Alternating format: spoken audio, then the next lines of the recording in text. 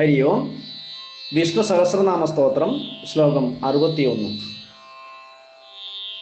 യജ്ഞയുജ്യോ മഹേജ്യച്ച ക്രതു സത്രം സതാം ഗതി സർവദർശി വിമുക്താത്മാ സർവജ്ഞോ ജ്ഞാനമുത്തമം.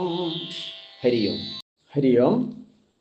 445 നാമം യജ്ഞ. സകല യജ്ഞസ്വരൂപൻ ആരാണ്? ഭഗവാനാണ്. യജ്ഞം എന്ന് പറയുന്നത് തന്നെ ഭഗവാനാണ് എന്നൊരു ശ്രുതിയുണ്ട്. യജ്ഞോ വൈ വിഷ്ണു. യജ്ഞം എന്നാൽ ആ വിഷ്ണു തന്നെ.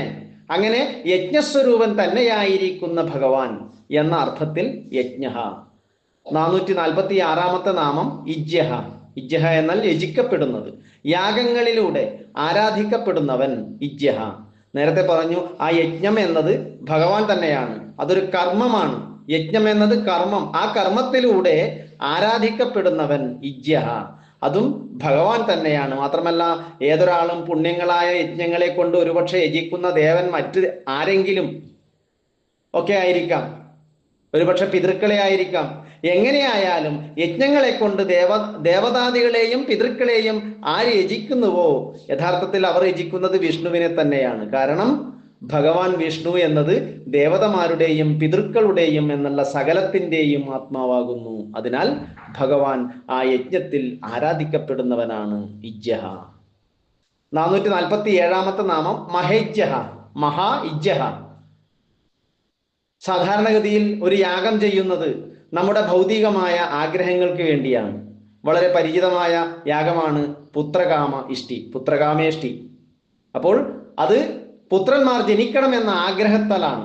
ഇനി അശ്വമേധം, 100 അശ്വമേധം പൂർത്തിയാക്കിയാൽ ഇന്ദ്ര പദവി ലഭിക്കുമെന്നാണ്. എന്നാൽ ഇതൊക്കെ തന്നെ ഭൗതികമായ ആഗ്രഹം മനസ്സിൽ വെച്ച് ചെയ്യുന്ന യജ്ഞങ്ങളാണ്, അല്ലെങ്കിൽ യാഗങ്ങളാണ്. എന്നാൽ ഏറ്റവും മഹത്തായ യാഗം എന്ന് പറയുന്നത് ഭഗവാൻ ഗീതയിൽ പറഞ്ഞ ആ ഒരു കർമ്മഫല ഇച്ഛയില്ലാതെ ചെയ്യുന്ന കർമ്മങ്ങൾ. അപ്പോൾ അത് ഒരു യജ്ഞമായി തീരുന്നു എന്ന് ഭഗവാൻ ഗീതയിൽ പറയുന്നുണ്ട്. അങ്ങനെ നമ്മുടെ കർമ്മങ്ങളൊക്കെ തന്നെ യജ്ഞമായി തീരുമ്പോൾ തിരിച്ച് നമുക്ക് കിട്ടുന്നത് മോക്ഷമാണ്.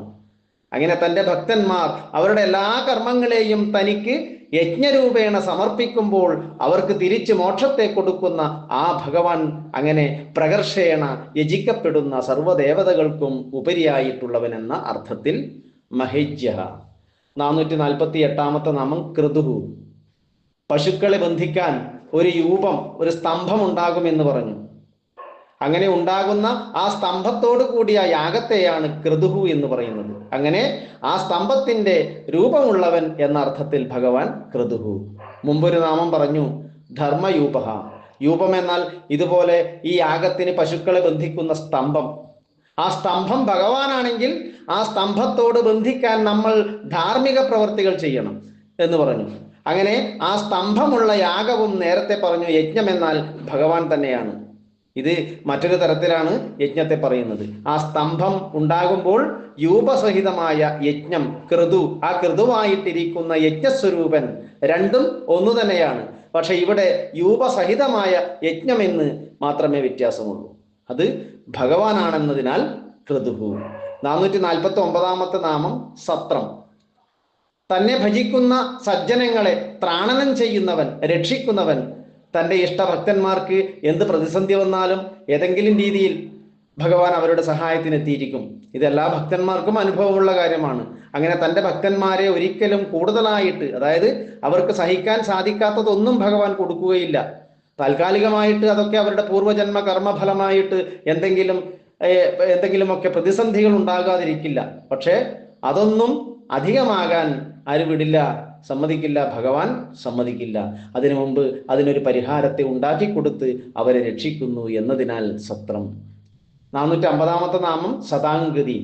സത്തുക്കളായിട്ടുള്ള മോക്ഷേച്ഛയുള്ളവരുടെ ഗതി എപ്പോഴും പരമമായ ഗതിയാണ്. അവർക്ക് ആ ഒരു ലക്ഷ്യസ്ഥാനം ഭഗവാൻ മാത്രമാണ് എന്നതിനാൽ സദാംഗതി.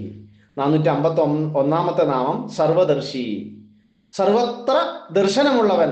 ഈ പ്രപഞ്ചത്തെ മുഴുവൻ ശരിയായ രീതിയിൽ നിയന്ത്രിച്ചു കൊണ്ടുപോകണമെങ്കിൽ എല്ലാറ്റിനും ഒരു കണ്ണ് വേണം, അല്ല, എല്ലാറ്റിലും ഒരു കണ്ണ് വേണമെന്നാണ് എന്ന് നമ്മൾ പറയും. അത് തന്നെയാണ് ഇവിടെ പറയുന്നത്. ആ ഒരു സ്വാഭാവികമായ തൻ്റെ ആ ഒരു ബോധം, സദാ ജാഗരൂകനാണ് ഭഗവാൻ. അങ്ങനെ ഈ ഭൂമിയിലെ സകല ജീവജാലങ്ങളുടെയും പ്രപഞ്ചത്തിലെ സകല ജീവജാലങ്ങളുടെയും സർവകർമ്മങ്ങളെയും സമ്പൂർണമായി കണ്ട് അറിയുന്നവൻ ത്രികാലജ്ഞനാണ്, സർവജ്ഞനാണ്. അതുകൊണ്ട് ഭഗവാൻ സർവദർശി. 452 നാമം വിമുക്ത ആത്മാ. എല്ലാ ബന്ധങ്ങളിൽ നിന്നും സ്വാഭാവികമായ ആ മായാബന്ധങ്ങളിൽ നിന്ന് വിമുക്തമായ ആത്മാവോട് മനസ്സോട് കൂടിയവൻ. മുൻപ് പറഞ്ഞിട്ടുണ്ട്, ചിലന്തി വല കെട്ടുന്നത് പോലെ അല്ലെ, മറ്റു ജീവികൾ അതിൽ കുടുങ്ങുമെങ്കിലും ഭഗവാന്റെ തന്നെ ശക്തിസ്വരൂപമായ ആ മായയിൽ ഭഗവാൻ കുടുങ്ങുന്നില്ല, ബന്ധിക്കപ്പെടുന്നില്ല. അങ്ങനെ വിമുക്തമായ ആത്മാവോട് കൂടിയവൻ എന്ന അർത്ഥത്തിൽ വിമുക്താത്മാ. 453 നാമം സർവജ്ഞ.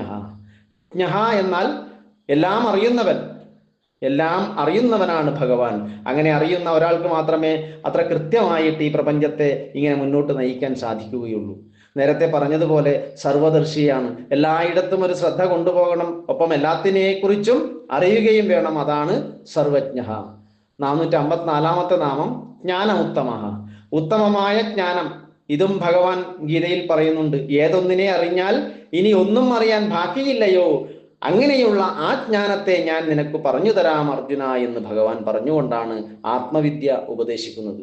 അപ്പോൾ ഇവിടെ ആ ജ്ഞാനം എന്നത് സത്യജ്ഞാനം, സത്യജ്ഞാനം അനന്തം ബ്രഹ്മ, സത്യമായിട്ടുള്ള അനന്തമായിട്ടുള്ള അറിവ് എന്ന് പറയുന്നത് ആ ബ്രഹ്മം തന്നെയാണ്. അങ്ങനെയുള്ള ആ ജ്ഞാനം തന്നെ സ്വരൂപമായിരിക്കുന്ന ഭഗവാൻ